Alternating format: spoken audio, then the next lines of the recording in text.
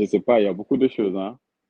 Après, il y a à la fois, genre, je pense, beaucoup d'incohérences ci plan yëpp. Déjà, ci C'est plan ça. juridique, comme nous ko gars yi soulevé woon sànq. Après, ouais, comme Adji Sarr, comme on a pu le dire, ne Adji Sarr gagnewul, mais comme Sonko gagnewul, tu vois, en soi, ministère public moo gagné parce que moom moo doon défendre ay affaire mœurs.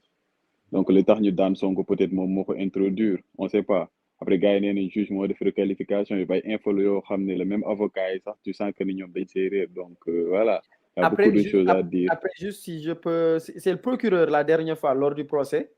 Ah, qui moo ni avait, daa def requalification. ouais, c'est lui dans son Mais ñun ñëpp réquisitoire. jàng Mhm. nañu ni que procureur mënul surtout domaine pénal loolu juge administratif rek moo ko mën mënul juger extra pépita tu vois Ouais, au-delà de ce qui est demandé bu ouais. fekkee Adji Sarr si demande am yi defu si prétention boobu mënuñ se juger Sonko on est d'accord que bokkul si ay prétention tey Me Ah El non, ça Hadji n'a Diouf wax jamais na été ko évoqué. C'est le jour du procès donc que le procureur met 10 ans de réclusion criminelle. À défaut mhm. de retenir le viol, il propose de requalifier les faits pour corruption de jeunesse. C'est Bah extraordinaire en loolu nag général. amul benn requalification parce que loolu c'est genre mënul def ay demande additionnelle tuddee ko requalification loolu ay demande additionnelle la tudd te requérant bi moo ko mën a def après loolu c'est un autre débat tu vois benn débat juridique la boo xam ne je pense que du mës a jeex parce que c'est des notions yoo xam ne c'est susceptible d'interprétation te dañoo nekk ci pays boo xam ne ku nekk par rapport ak sa position sociale wala sa position politique ngay définir ay notions tu vois loolu moo ñu gën a sonal mais ça je sais plus qui a soulevé quelque chose d'important parce que benn instant mu ngi doon wax affaire yi doom ay homme politique tu vois man dama nekk nit koo xam par nature je suis un peu flemmard ci domaine politique Mhm. mais juste je me dis que j'ai des idées tu vois comme tout le monde Bien sûr. c'est bien beau ñu ni Sonko Macky Sall Ablaye Wade et tout mais le problème n'est pas là parce que l'être humain peut changer en fait je dis pas que Sonko bu ñëwee mën na changer wala ku si nekk dañu am yaakaar teg la fi après loo def loolu mais il faut des institutions comme ni ñu ko waxee exemple je pense bu gën a patent mooy gis nañ ci États-Unis ñëpp xam nañ ni Trump du nekkul bon président mais en soi il pouvait pas faire du n'importe quoi parce que y avait des institutions assez solides en fait qui veillait à ce que lui, genre, mu respecter les choses. Après Sénégal, loolu suñu problème. Là, l'histoire va se répéter. Je pense que Ndiaye wax na ko depuis les indépendances. La même histoire se répète, tu vois. On a les mêmes problèmes, on trouve les mêmes solutions et on retombe sur les mêmes problèmes. Ah, day dem ba nekk mythe Sisyphe bi, tu vois. Tout le temps, on revient sur les mêmes choses. Et Sénégal, on a l'habitude de voir que la partie visible de l'iceberg. Instant yi dañ naan ni waaye Sonko, il se présente, tu vois. Demain, peut-être, Sonko dina nekk position Macky après ñu chercher waat beneen homme indi ko fi. Ouais, Jusqu'à quand? Je pense que l'idée, c'est de repenser nos institutions. Et puis, wut ay institutions yoo xam ne c'est un peu corrélatif à notre trajectoire historique. Parce que, en fait, mimétisme bi aussi dañu sonal dañ jël lépp lu France am indi ko fii loolu c'est tout à fait problématique parce que bokkuñu même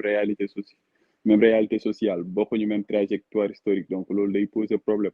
vraiment peut-être si aspect juridique beeg si aspect social bi loolu laa si après voilà social bi surtout conception bi ñu am si révolution bi parce que tu vas entendre des gens wax ay ouais suñu bien public la ñuy taal affaire yooyu la ñuy taal ñoo ko moom mais lan mooy moom définition propriété si boppam lan mooy moom en fait parce que moom dañ laa ne c'est le use le fructus et le pouvoir d'en abuser mais bien yi ñaan ñoo ko moom yi ñuy taal yëpp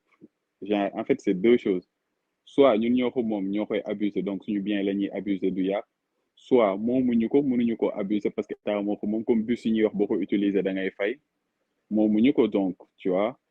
voilà donc foofu noonu gisuma en fait en soi propriété bu gars yi war a mën a proclamer bay dissuader nit ñi face à une injustice genre yu mën a mobiliser wu yaa ngi comprendre parce que comme ni ko gars yi di waxee rek dëkk boo xam ne c'est déjà injuste en fait mënoo fa am propriété foo xam ne nii c'est injuste voilà ki la jiite respecté wala foofu amul benn propriété boobu moomal sa bopp et puis comme li may wax rek ku nekk chaque jour boo wax da nga wax sa position sociale peut-être am na ñoo xam ne ils sont très à l'aise am na ñoo xam ne ils sont un peu à l'aise am na ñoo xam ne voilà dunduñu yenn yi dund sànq maa ngi gis benn vidéo benn waaye mi ngi naan ñun dañuy feebar duñu faju mais c'est réel c'est des choses réelles tu vois et am na ñu gën a sonn ñooñu ñu nekk à des échelles encore plus basses et tout voilà situation bi fii lañ toll après yan mesure la ñuy jël ku nekk dina la wax lu nekk lépp ay idée lay doon lépp mais man je pense personnellement que fii ak revoir yi suñu institution en fait nit buñ fi mënti indi aussi en fait genre on va retomber sur les mêmes choses parce que nit ku nekk nit la et politique daa am ay réalité je pense ñi ouais. lire nañ Machiavel le prince Et le pouvoir Sonko politique peut rendre fou hein, avec tous ses bah avantages. ouais, voilà, c'est ça, hein. Le pouvoir rend fou, les fous ne veulent pas rendre le pouvoir, et donc il faut des garde-fous, et je pense que les garde-fous sont les institutions. Le Clairement. règle, Machiavel, lim la wax, politicien bi avant muy yéeg mën a def toutes les promesses du monde, mais su excès au pouvoir il va se rendre compte qu'il pourra pas les respecter. En fait, c'est la réalité de la chose même. Donc le seul truc c'est d'avoir des institutions qui sont assez solides,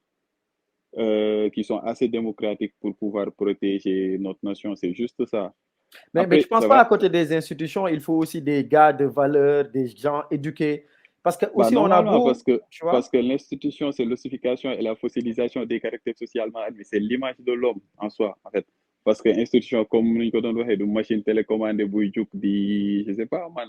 di def ay action wala dara ay nit a fay nekk on est d'accord sur loolu mais juste que en fait institution yi bu solide ba ñu définir suñuy institution en fait mu leer si bopp ñëpp bu boobaa njuglam du am bu boobaa kii du jug def lii bu boobaa nit du mën a def lu mu mën a def parce que boobaa institution yi day leer day ànd ak suñu trajectoire historique dañuy xam ne lii mooy institution bi su loolu jàllee aussi sénégalais dafa bëri sympathie suba su Macky Sall wàccoon keneen ñëw fi gis nañ Macky Sall lu mu fi def ñaata nit la fi rey suñ ko waree jugé sénégalais yi ñooy taxaw ne buñ koy jugé ñun dañu nekk si dëkk boo xam ne dafa bëri sympathie dafa bëri hypocrisie dafa bëri yeneen ak yeneen en fait genre ñëpp jàng nañ ko seeni première année dinañ la wax gis nga yoon ak état de droit dafa àndul ak sympathie dafa àndul ak religion dafa àndul ak moral bu fekkee da ngay bëgg a jël yoon boole ka ak moral doo sori bu fekkee da ngay bëgg a jël yoon boole ka ak diine doo sori tant que defuñu dichotomie boobu noonu xam ne suñu chef religieux ay chef religieux la ñu gérer lu religieux génn si politique bi carrément en fait soxlaawuñu sax di leen consulter xam naa genre truc la boo xam boo xoolee dañ naan kii dafa dof kii dafa lii mais c'est la logique des choses en fait foog defuñu ko duñu avancer si loo xam ne nii c'est quelque chose de solide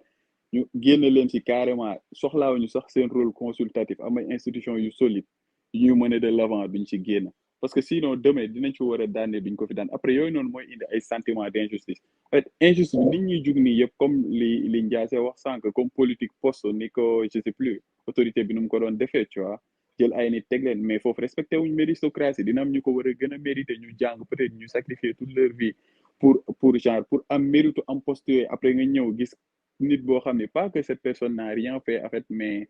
mérité wul en fait nekk place boobu parce que loolu sa place la après loolu mooy indi haine loolu mooy indi yeneen ak yeneen ak yeneen mooy tax ñu egsi fii nii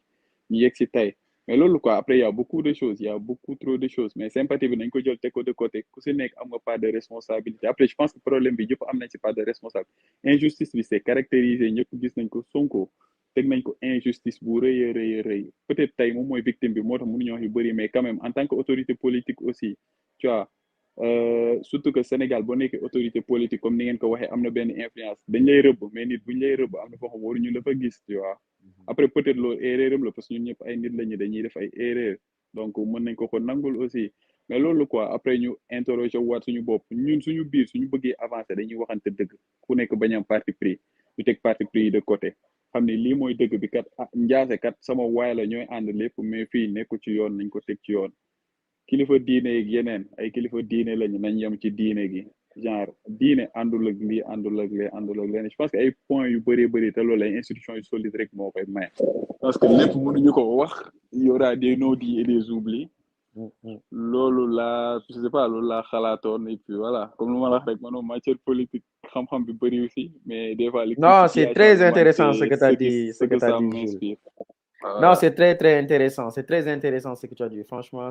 ça montre qu'effectivement, et je suis d'accord avec toi sur ce côté, qu'il faut des appareils, qu'il faut des institutions. Parce que bu ñu amoon institution yi tey pouvoir exécutif lu ñu bëgg ci nit pouvoir judiciaire bi moom mooy nekk voilà le garant moom mooy taxaw mooy les garde-fous parce que loolu rek la tey suñu dëkk yi c'est que le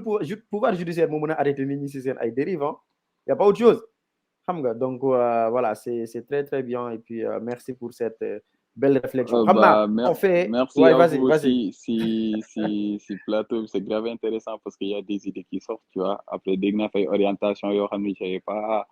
j'avais pas pu ou bien je pouvais pas aborder le sujet sous cet angle-là donc c'est grave intéressant peut-être ay idées yu gën a brillantes dina fi génn j'espère que dinaa ko fekkee tout suma nelaw mais bon bah di la non remercier bu baax di ñaan yàlla que peut-être panel bi génn ay solution yu assez solide yoo xam ne nii après